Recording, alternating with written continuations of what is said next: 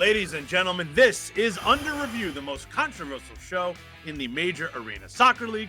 My name is Phil Lavanco. That is the head of officials for the MASL, Ryan Cigich. Ryan, we've got a massive holiday edition here. Happy holidays, my friend. Happy New Year. Are you ready? Yeah, Happy New Year, Phil. I am ready. First play up here is Empire in Front Wave Arena taking on the Sockers. Brian Orozco and Taylor Walter Bond collide. Looks bad, but I think the refs got this right, calling a blue card and a shootout on the Empire keeper. Yeah, it's a really tough physical play, and I have compassion on this for the keeper because he gets the worst end of this. However, he has no play on the ball, totally misses it, and goes into Bond recklessly. Therefore, the referees, Radford and Atkins, make the correct call, in my opinion, of a blue card against the goalkeeper.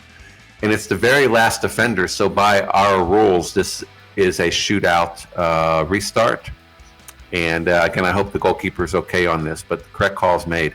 And here, Ryan, is the new shootout that you wanted to take us through. Well, yeah, example here, Phil, of our new shootout rule for 2024-25 season, where we have only the kicker and the goalkeeper participating, and the kicker has 5 seconds to score. They can take as many shots on goal during that time period of 5 seconds.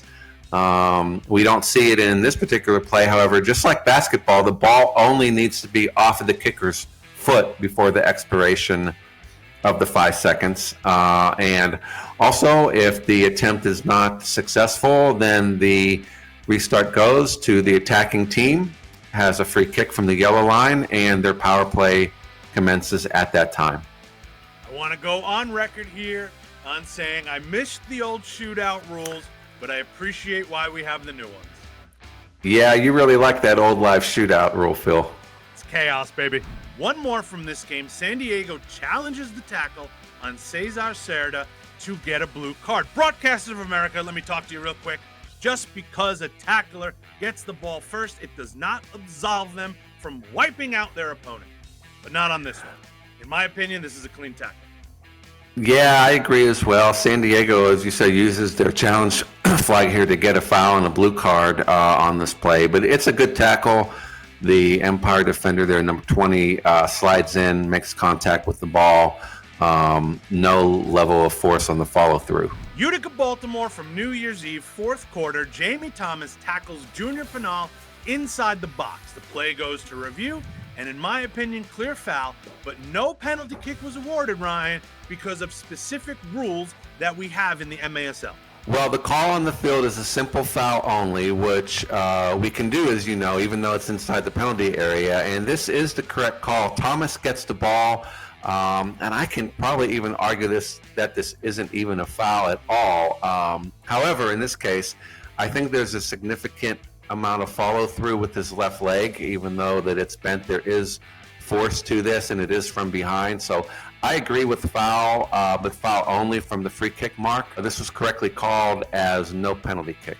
Now, no penalty kick here, Ryan. Can you take us through the conditions of which a tackle like this inside the box would be a penalty kick? One of 2 factors need to be met, Phil. Number one, it needs to be reckless in nature, or basically the severity of the contact, the challenge, need to be blue card worthy, I guess I'll say in layman's terms. And number 2, it needs to deny an obvious goal.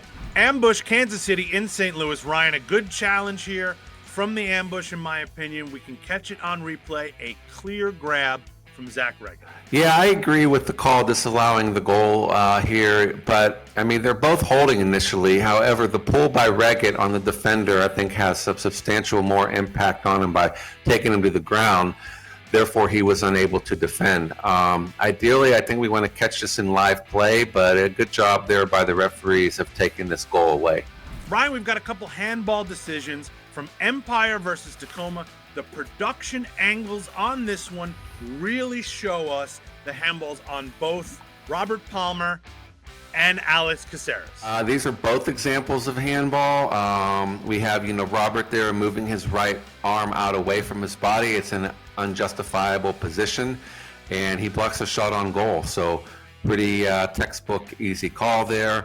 Caceres won. His hands are initially behind his back, but the problem here is that he brings both arms up in front of his body, away from his body, and blocks the shot on goal. Both of these are in the penalty area, therefore is a penalty kick. And along with the penalty kick in the MASL, you must have a blue card 2-minute power play. One more on the roulette handball wheel here, Ryan. Now in Milwaukee for the game between the Wave and the Baltimore Blast. To me, it looks like Ian Bennett's shoulder makes contact with the ball and not his arm. In my opinion, not a handball. Great job again from the Milwaukee production crew, giving us the proper angles here. Well, yeah, we talked about this in the past about that, quote, T-shirt line of being the area where we need to determine where that ball contacted, the body at. And in this case, it's above that T-shirt line or armpit, so it's correctly called as a good goal. Last one for me on today's show, Ryan, and this is why this show exists. Milwaukee throws a challenge flag for too many men on the field. The play goes to VR, and instead of getting too many men penalty, there's a blue card on Sean Esqueda for boarding during the sequence of review. It's a close substitution there where there is no initial call made, and then play continues down along the boards, and we have a 2-minute blue card penalty called